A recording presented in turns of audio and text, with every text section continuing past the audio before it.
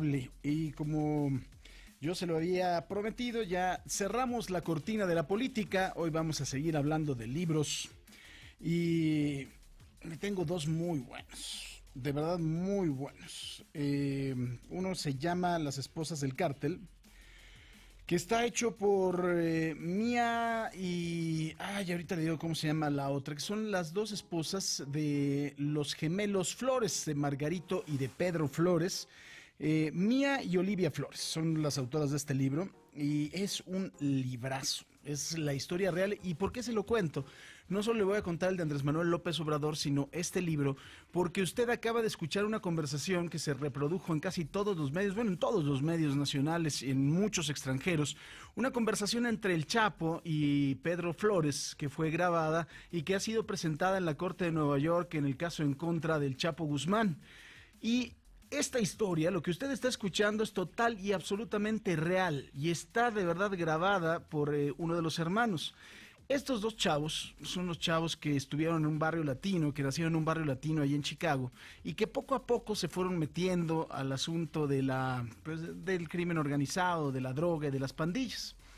Estos chavos tienen una inteligencia impresionante y vivían ahí en Chicago y pues bueno, inundaron la ciudad de droga. La inundaron de verdad, no tiene usted idea a qué grado, porque tenían un gran talento para los negocios. Era un talento pero genial. Ellos operaban la red de narcotráfico, como le digo, la más grande de los Estados Unidos, a través de pues algunos parientes y como que la persona respetada dentro de su organización era una especie de tío, que no era un tío carnal, pero que pues tenía ahí algún tipo de injerencia en la familia. Y este tío se empezó a volver muy traidor y un día secuestró a uno de los hermanos. Lo pudieron rescatar a través del pago de una cantidad muy importante de dinero y la policía los empezó a extorsionar, digo, también para que usted vea que hay policías malos, ¿no?, en la Unión Americana, y los empezaron a extorsionar algunos miembros del Departamento de Policía de Chicago, y entonces ellos decidieron venirse para México. Se vinieron a la zona de Jalisco, específicamente a Puerto Vallarta, en donde, bueno, cuentan ahí las historias. ¿Por qué me gusta este libro? Porque en ningún momento es una loa o es pues una justificación al narcotráfico, ni ponen a los narcotraficantes como héroes. En la realidad viven, pues bueno, cuentan primero lo que sintieron, cuentan primero también el vivir en la zozobra todo el tiempo, el que todo el tiempo tenías una persona que estaba detrás de ti, que trataban de perjudicarte, que trataban de matarte, que trataban de secuestrar a algún miembro de tu familia. Eso lo cuentan, ¿no?, que es parte también de la vida del narcotraficante. Otra de las cosas que cuentan también posteriormente es cómo, pues bueno, tienes que dejar absolutamente todo y cómo de estar entre los lujos acabas en cualquier lugar de la Unión Americana, en una camioneta vieja y sin protección y con el temor también de que el señor Chapo Guzmán se quiera vengar, y eso también lo escribían desde ese momento, tanto Mía como la otra hermana Flores, que escribieron este libro. Como le digo, es Mía y Olivia Flores. Y sí cuentan de la cantidad de dinero en efectivo que tenían, de que tenían un cuarto que estaba lleno de dinero, que se desbordaba el dinero, que en el garage también había dinero, que tenían Lamborghinis, camionetas, los excesos, los relojes, etcétera, pero no podían tampoco salir mucho de México. Aquí en México también los encuentra el famoso tío y vuelve a secuestrar a uno de los hermanos. Esto hace que el otro hermano, el que no quedó secuestrado, vaya a ver al Chapo, le ofrezca primero hacer negocio y segundo le pida que, pues bueno, pues que libere a su hermano. El Chapo dice, bueno, pero es que tú tienes un adeudo conmigo. Y como eran muy ordenados para hacer negocios los hermanos, le enseña cómo él le había mandado a través del famoso tío las cantidades de dinero deudadas por la droga que le había comprado. Entonces el Chapo dice, entonces el que me estaba viendo la cara era el famoso tío, lo manda a matar, rescata al hermano y empiezan a hacer una cantidad de operaciones muy importantes en Chicago. Por eso él es el que, pues, el Chapo Guzmán, en un momento determinado, es nombrado el enemigo público número 1 de la ciudad de Chicago, como fue el caso en su momento de Al Capone. ¿Qué pasa después? Pues bueno, vienen cosas muy interesantes, como sigue el asedio en contra de estos chavos. Ellos deciden entregarse a la DEA, deciden hacerse testigos protegidos, con la cantidad de droga que habían movido, tuvieron que pisar la cárcel. Hoy en día están encarcelados. De hecho, se llevan a estos chavos.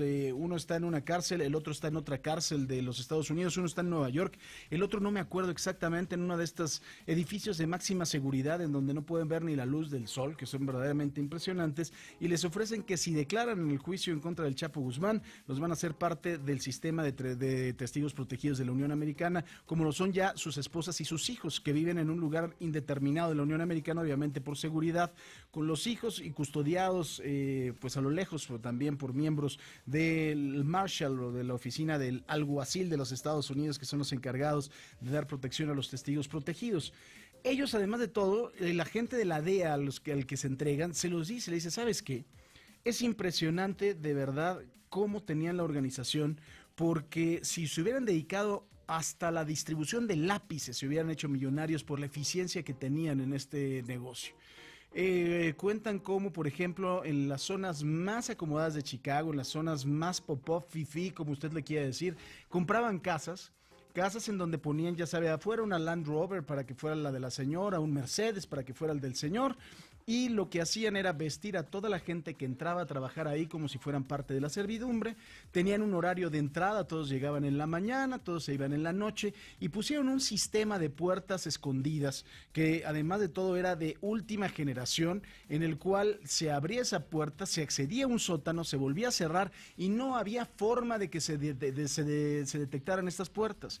El FBI y la DEA fueron a hacer algunas inspecciones, o sea, algunas intervenciones en estas casas y nunca pudieron encontrar ni a la gente, ni la droga, ni el dinero que ahí se manejaban. Y eso lo hicieron y lo replicaron en muchas casas en Chicago, como les digo, en las zonas más acomodadas. Y tenían un talento impresionante para los negocios. Pero total, que toda esa vida de lujos, los Lamborghinis, los Ferraris, las casas que se describen que se mandaron construir ahí en las mejores zonas de Guadalajara, en Puerto Vallarta también, pues todo eso se quedó atrás. Incluso tuvieron que regresar hasta el dinero que traían en efectivo las mujeres, cuando cuentan y narran la historia de cómo tuvieron que cruzar la frontera de México con Estados Unidos porque se fueron en automóvil. No, es una historia en una Land Rover precisamente, es una historia de verdad, pues bueno, vibrante, una historia real y una historia que nos marca pues cómo terminan los narcotraficantes, ¿no? Así terminan y no hay de otra. Mire, le voy a contar, no, ¿sabe qué? Le dejo el de, como ya es la 1:40, le dejo precisamente el de José Agustín Ortiz Pinchetti sobre Andrés Manuel López Obrador, se lo dejo para mañana, porque tampoco voy a hablar de política, porque ya se cerró el telón de la política en este año 2018. Es la 1:40 tiempo del centro de la República Mexicana. Si se quiere comunicar con nosotros, @Francisco Sea, todo junto y con Z. También a través de Instagram, @SeaPaco, ahí estamos para servirle, y a través del Twitter de Imagen Radio, @Imagen_MX.